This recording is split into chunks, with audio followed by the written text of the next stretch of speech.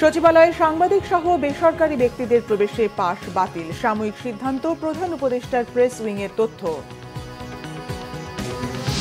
সিলেটের গোয়াইনঘাট সীমান্তে বাংলাদেশে নিহত ভারতীয় খাসিয়াদের কাজ, সংশ্লিষ্টদের আশঙ্কা। দেখছিলেন ক্রাউন সিমেন্ট সংবাদ শিরোনাম। নিরাপত্তার স্বার্থে সচিবালয়ে সরকারি কর্মকর্তা কর্মচারী ছাড়া কেউ প্রবেশ করতে পারবেন না। সাংবাদিক সহ বেসরকারি সবার প্রবেশ পাস বাতিল করে বিজ্ঞপ্তি দিয়েছে স্বরাষ্ট্র মন্ত্রণালয়।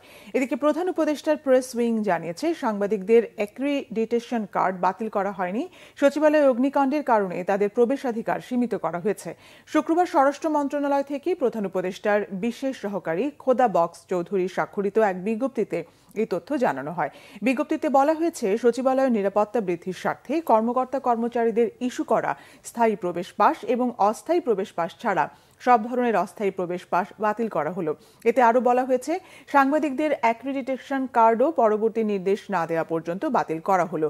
সচিবালয়ে অগ্নিকাণ্ডের ঘটনায় উদ্ভূত পরিস্থিতিতে এই আদেশ জারি করা হয়েছে বলেই বিজ্ঞপ্তিতে উল্লেখ করা হয়। তবে আগামী 15 দিনের মধ্যে নতুন অস্থায়ী পাসের জন্য আবেদন করা যাবে। একদিনের ব্যবধানে ভারতীয় খাসিয়ার গুলিতে সিলেটের গোয়াইনঘাট সীমান্তে আরেক বাংলাদেশি নিহত হয়েছেন। রাতে গোয়াইনঘাট উপজেলার বিছানাকান্দি দমদমিয়া সীমান্ত এলাকায় এই ঘটনা হয়। নিহত সবুজ মিয়া গোয়াইনঘাটের ভিতরগুল পাহাড়তলি গ্রামের বাসিন্দা। স্থানীয়রা জানান, দমদমিয়া সীমান্তের 1261 নম্বর পিলারের প্রায় 200 গজ ভারত সীমান্তের অভ্যন্তরে সবুজ মিয়ার লাশ পড়ে থাকতে দেখা যায়। পরে স্থানীয়রা বিজিবি ও পুলিশকে খবর দেয়। খাসিয়াদের গুলিতে সবুজ নিহত হয়েছে বলে প্রাথমিকভাবে ধারণা করছে পুলিশ। শৃঙ্খলা ফিরছেই না ঢাকা মাওয়া এক্সপ্রেসওয়েতে। চালকদের বেপরোয়া মনোভাব, যেখানে সেখানে গাড়ি থামিয়ে যাত্রী ওঠানো নামানো সহ নানা কারণে প্রায়ই ঘটছে দুর্ঘটনা, ঝরছে প্রাণ।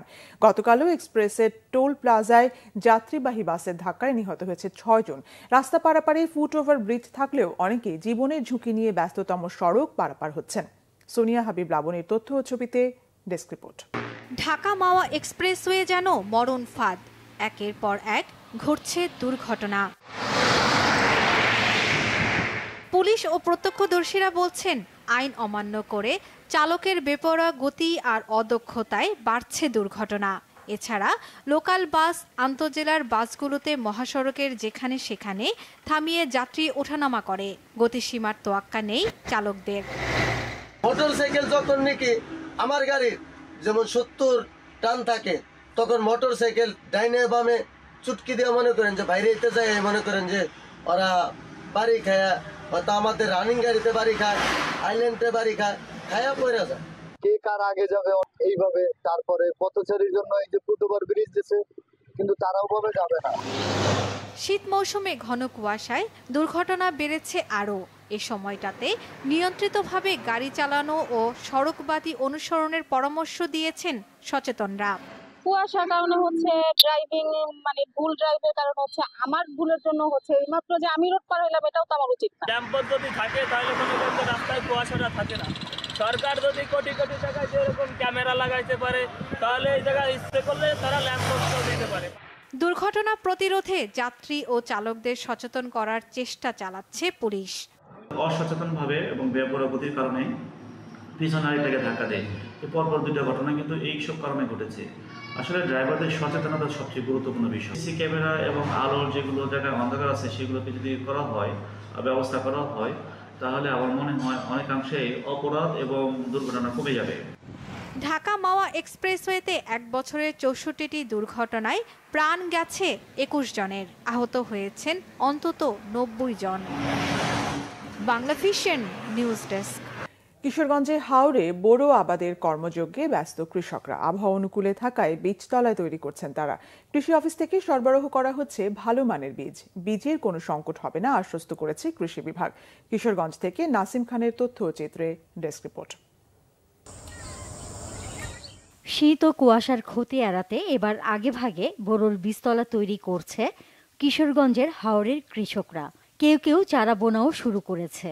এবার আর তারা সংকটে পড়তে চায় না। আমরা বীজ আনতে কোনো ভোগান্তি হয়েছে না। আমরা বীজ বিআরডিসি থেকে পাইছি। আমরা ভিত্তি ধানের বীজ ফলাই, বিআরডিসি বীজ আনছি, ভিত্তি বীজ। তা আশা করি আমাদের ফলন ভালোই হবে। পৌষ মাসের প্রথম দিয়ে আমরা বোরো মৌসুমে চাষ করি আর কি। আদর্শ বীজতলা তৈরি সহ ভালো জাতের বীজ সংগ্রহের বিষয়ে কৃষকদের পরামর্শ দিচ্ছে কৃষি বিভাগ। চলতি বোরো মৌসুমে কিশোরগঞ্জের ৩,১০০ মেট্রিক টন বীজ বরাদ্দ করা হয়েছে। তার মধ্যে এখনও প্রায় ১৬০০ মেট্রিক টন বীজ মজুদ আছে। বীজ নিয়ে কৃত্রিম সংকট সৃষ্টি করলে তাদের বিরুদ্ধে ব্যবস্থা নেওয়ার হুঁশিয়ারিও দিয়েছে কৃষি বিভাগ। এই জেলায় বীজের কোনো ক্রাইসিস নেই। এখনও যে কেউ চাষি বা ডিলার আসলে বীজ নিতে পারবেন।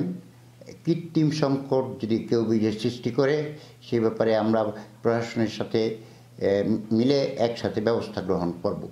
কিশোরগঞ্জে বোরো চাষের লক্ষ্যমাত্রা ১,৬৮,১০০ হেক্টর জমিতে।